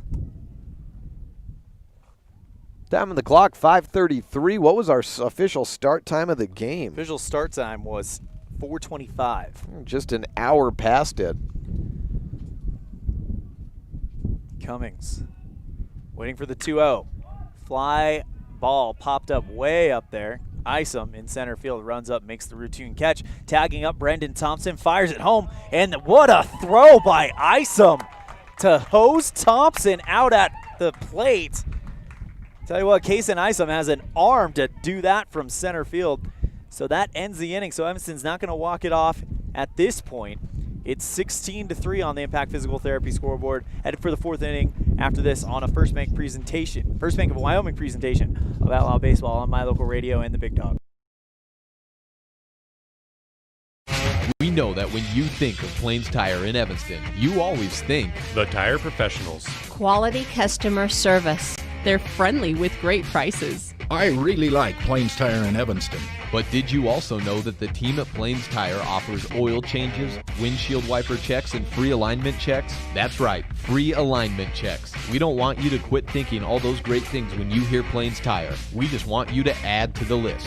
Plains Tire, the tire professionals. Stop in today, 157 Bear River Drive. Light up your world with a custom-built LED sign from Rocky Mountain Sign in Evanston. It's a proven fact that signage that lights up creates more attention. So light it up and then add text, images, and video, and your sign becomes even more powerful. Start sharing your advertising messages and information with your customers today. The team at Rocky Mountain Sign provides all types of quality signage that is custom-built and maintained. Call today for a free quote. Rocky Mountain Sign, 307-789-5202. Rocky Mountain Sign, serving customers in Wyoming, Utah, and Idaho.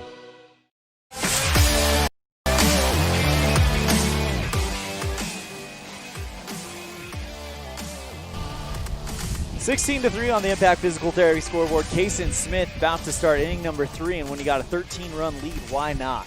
Well, the end of the inning, I have to take exception to that. Okay, so Jason Mitchell, look, we talked him up, Brendan Thompson at third base, and I think Jason heard us and said, all right, speed check time. When the ball was caught by Isom, I looked over at third, and Brendan, I mean, he had 2 fingers. He was in the 3-point stance. He had 2 fingers on the ground, and he was ready to go. He was basically in the starting blocks using that third base as a push-off point. And the great throw by Isom, no hop, right into the glove of Hernandez. Brendan, you never had a chance, and now we've got to amend it. All right, it's wind sprints time, young man, after the game. You and me will see who pukes first. Brent Tueller, the designated hitter, will lead off for the Trojans. Liner into left field. That's a base hit. And Tueller. He's headed off to second and get there standing up. Bit of a missed field there by Casey, but Tueller was looking for 2 right out of the gates, and he got it. Next up will be Tanner Burdrow. Well, Burdrow, he comes in as a 318 hitter. The right.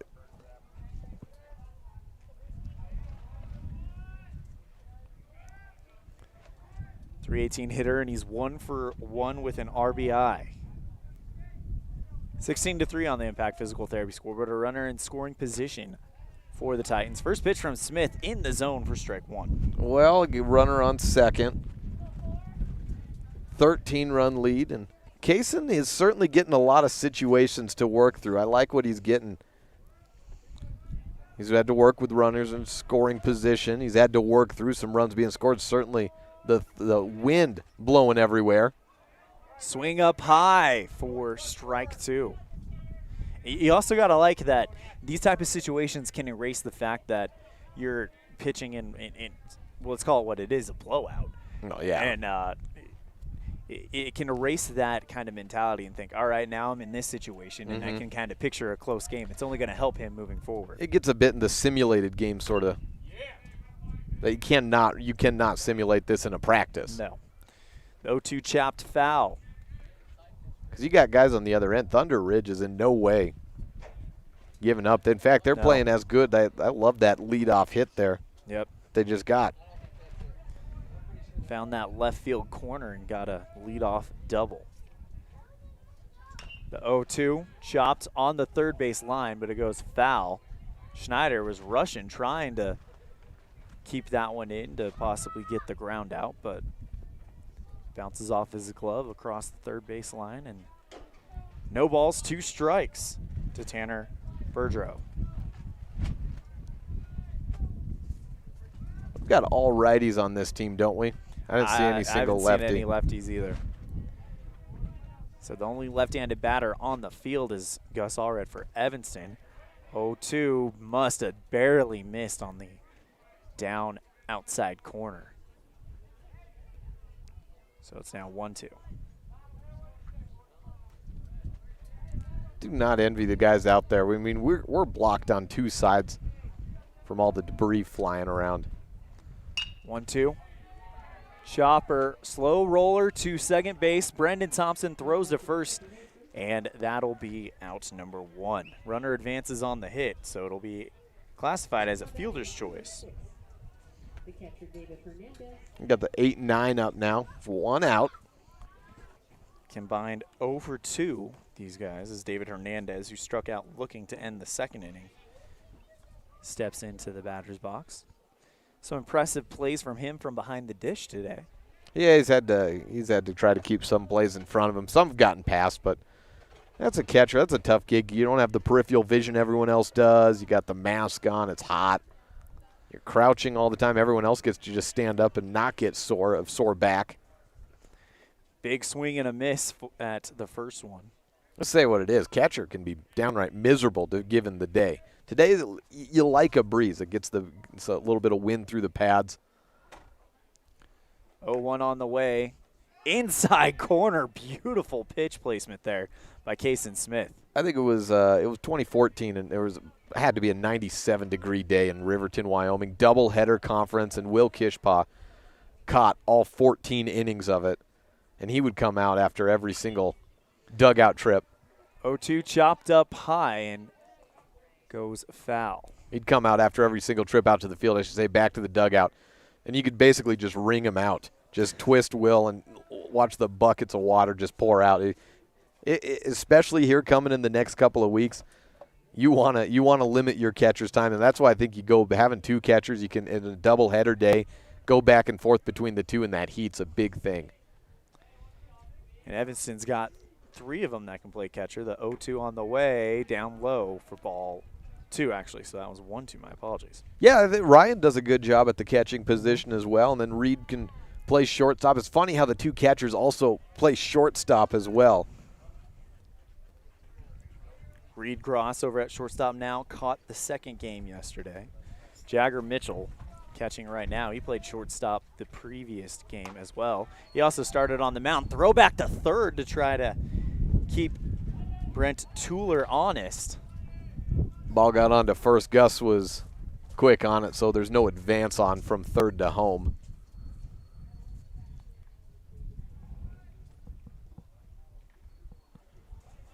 Two balls, 2 strikes. 1 down. Top of the 4th. Smith kicks and deals. Swing and a miss, and down goes Hernandez for the 2nd time today. Parker Norman, who grounded out to second base, will. No, that's not. Oh, it is Parker Norman. I see the 56 on the shoulder, and that throws me off a little bit. Yeah, the post 56 on that right shoulder. Yeah, Norman, 12 hits, all singles on the season. First pitch to Norman. Outside corner, strike 1. Throw back to third to check up on Tueller. And 90 feet away, and they're trying to extend the game. They need to get a run home to try to hold off that 15 run and then try to chip in to get away from the 10 and then the 8 and try to get back into it. Chopper, high ball to Brendan Thompson, a second throw to first, and that's going to be the inning. So another 4-3 ground out ends the inning. We're off to the bottom of the 4th. It's 16-3 on the Impact Physical Therapy scoreboard. We're going to work on that camera during the break on a First Bank of Wyoming presentation of Outlaw Baseball on My Local Radio and the Big Dog. Do you really think you can get a better deal on a vehicle in the city? Poppycock! Rocky Mountain Yeti is hungry for your business and will beat any bona fide deal on any vehicle, or they'll give it to you as a gift. Now that's legendary. Rocky Mountain Yeti Evanston, home of the 20-year, 200,000-mile legendary warranty, where legendary customer service is not a myth.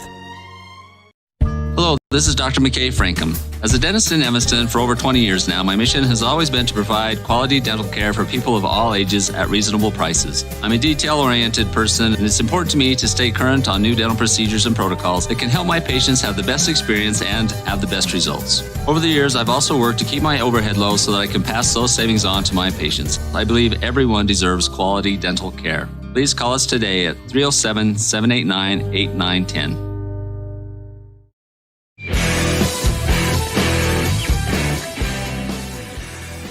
Back here in the bottom of the 4th inning and a fielding delay.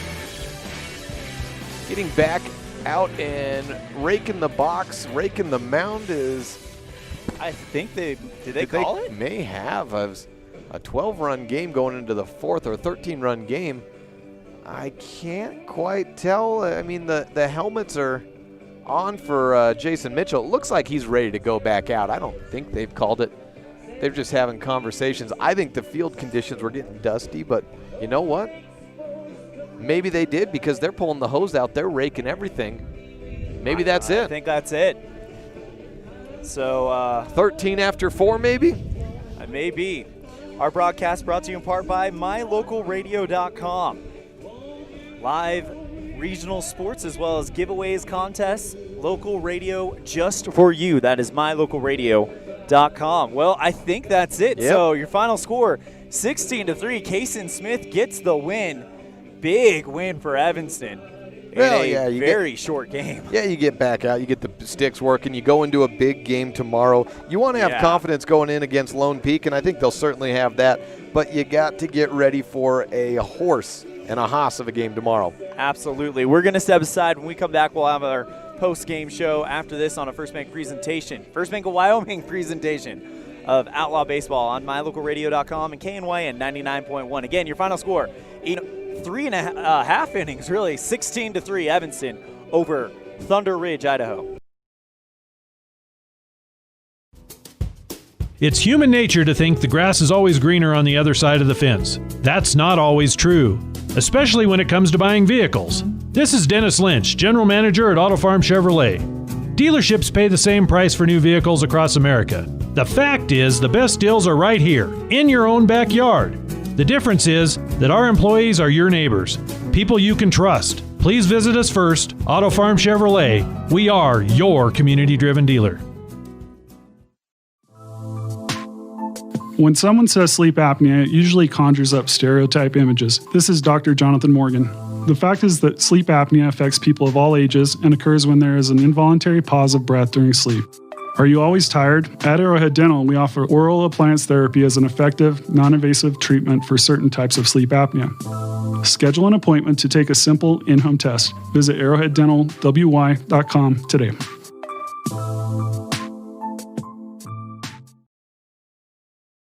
A pass to the Evanston Recreation Center gets you so much more than a weight room. A pass also gives you access to the pool, hot tub, steam rooms, cardio room, cycling studio, shooting range, basketball court, and locker rooms with showers. Passes also let you attend drop-in fitness classes at no additional cost, including Zumba, yoga, cycling, water aerobics, and strength training classes. Live your fit life with a pass to the Evanston Recreation Center. Payment plans available. Stop in today.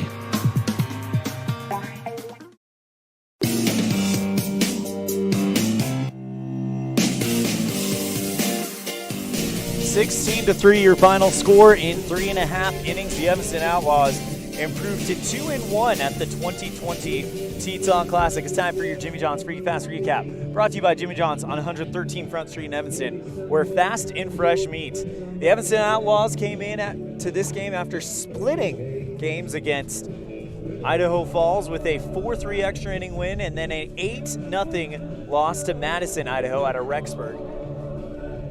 And they wanted to prove that they can be considered one of the top teams here in Jackson over this weekend. And boy, did they did it. Coming into this game, they had 0 extra base hits. They come out with a lot more than that, definitely making up for the deficit. Final score 16-3. Kason Smith goes 4 innings to get the win. So congratulations to him. That is your Jimmy John's Freaky Fast Recap. Let's go ahead and get some stats. Jake, what do you got for us? Well, Kason Smith comes away with the win, 4 complete. That's his first win of this season. 5 hits given up, a couple of walks, 3 strikeouts, 3 runs, all of them earned. On the other side of the loss goes to, help me out here with the name. Carter White. Carter White, thank you very much. Carter White comes away with the loss on the day. He did not last too long. Of course, this game as a whole only goes 3.5 innings, but makes it just 2 complete, 14 runs, 7 of them earned. 1 walk was all had a strikeout, but 10 hits allowed and a few errors got away from them as well. So after he comes out after 2 complete innings, he's relieved by Easton Stauffer, who pitches for 1 inning, gives up a hit, a walk, and allows 2 runs. Neither one of those were earned. Not too much to speak of on the batting end for Thunder Ridge on the day, but a couple of hits, and top hitter of the day was Kason Isom with 2 hits, both of them singles. Just 1 other hit that I'm seeing, Tanner Berdrau, and he had 1 hit, and then 2 other guys got singles. Kobe Landon with a single, and Brent Tueller with a single as well. Flipping it over to the Outlaws side offensively. Great day by a lot of guys. 3 extra base hits in the first inning alone, and in all they finished with 4 doubles in the game. 2 by Gus Allred. Actually, no, just 1 by Gus Allred.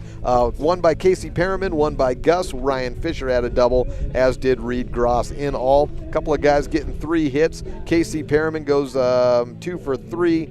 Gus Allred 2 for 3. I was looking at the total bases at 3. A couple of guys get 2 hits, I should say. 2 for 3 day for Perriman. Clayton Moyles Gus Allred's 2 for 2, Reed Gross 2 for 3, and Brendan Thompson gets a hit, a single, and Ryan Fisher with a hit. Jagger Mitchell gets a hit as well. So everyone was getting the sticks working today, Elan. It was a hit parade here in Jackson. It was all Outlaws. We'll give the Outlaws player a little bit more time to come. Let's go ahead and name our Dr. McKay Franklin Precision Play of the Game. And I've got one name in mind, and you're going to have to let me know what you think. I think we need to give it to Kason Smith. He comes in here and does a great job. Yeah, I'd agree with that. I think he's earned it. He got the start, kind of a little bit of a spot start, as it was just circumstantial. Coach Thompson said, hey, Kason, you want to get out on the mound today? Said, sure. More of a reliever, but you got to be able to go and take the ball on the mound to start a game when called upon, and Kason showed that he could do that. I thought it was good. He got to work through some different situations. He had a long leash today because of the offensive output. The stakes of each and every at-bat was certainly lower, so he was able to sit back, think, worked with guys in scoring position, gave up a run here, gave up a walk, and really just did a good job as a guy will be looking to get a lot more experience the rest of this year and next year as a pitcher. Shows some promise. Definitely, and the one great thing that I think that we saw was Kason did get into some situations, some high-pressure situations, if you're able to erase what's happening on the scoreboard, where he had a runner in scoring position, and he was able to get around it. What comes to mind is I believe it was Berdrau over on second, and he was able to not let him score and get around that. That was actually in the last inning, so a good performance by him. So he is the recipient of your Dr. McKay Franklin Precision Play of the Game, brought to you by Dr. McKay Frankum DDS. Dental care at reasonable rates. Call 307-789-8910 today. While we're going to give them a little bit more time, as Coach Chad Thompson will send an Outlaw player our way. I want to thank you for tuning in and thank our sponsors. Remind you the next time the Outlaws will be in action will be tomorrow, July 4th. Game time at 3:45. Pregame at 3:35 as the Evanston Outlaws get ready to take on the Lone Peak Misfits for a combined 4th time. That will be a great game. Well, it doesn't look like we're going to get any Outlaw players this time, so we're going to go and call that a broadcast. A big thank you to my broadcast partner, Jake Hibbard, as well as Val Cook for being in the studio for us on this wonderful Friday afternoon. I'm Elan All saying we'll see you next time the ball flies, which will be right here in Jackson when the Evanston Outlaws get ready to take on the Lone Peak Misfits for a July 4th matinee matchup. First pitch at 3:45. See you then. Thank you so much and take care.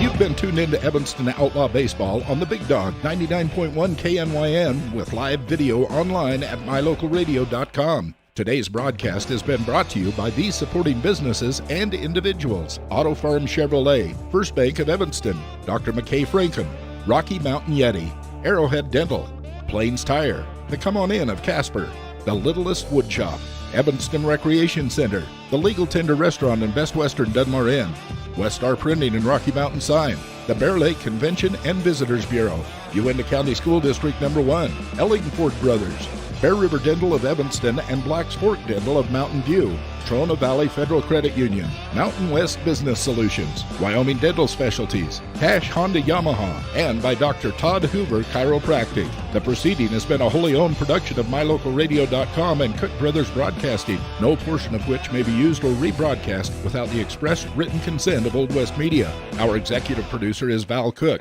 We want to thank Office Manager Kayleen Anderson, our Sales Manager Julie Burley, along with Evanston's Elan OLLIFF, and Bridger Valley's Jake Hibbard, Rich County's Ryan Steinekert, and production assistant Alyssa McDaniel. But the biggest thanks of all is to our sponsors and to you for tuning in. We invite you to visit mylocalradio.com for archived games and like My Local Radio on Facebook to stay up to date with the game broadcasts. Thank you for joining us on this presentation of Evanston Outlaws Baseball on KNYN 99.1 FM and online at mylocalradio.com.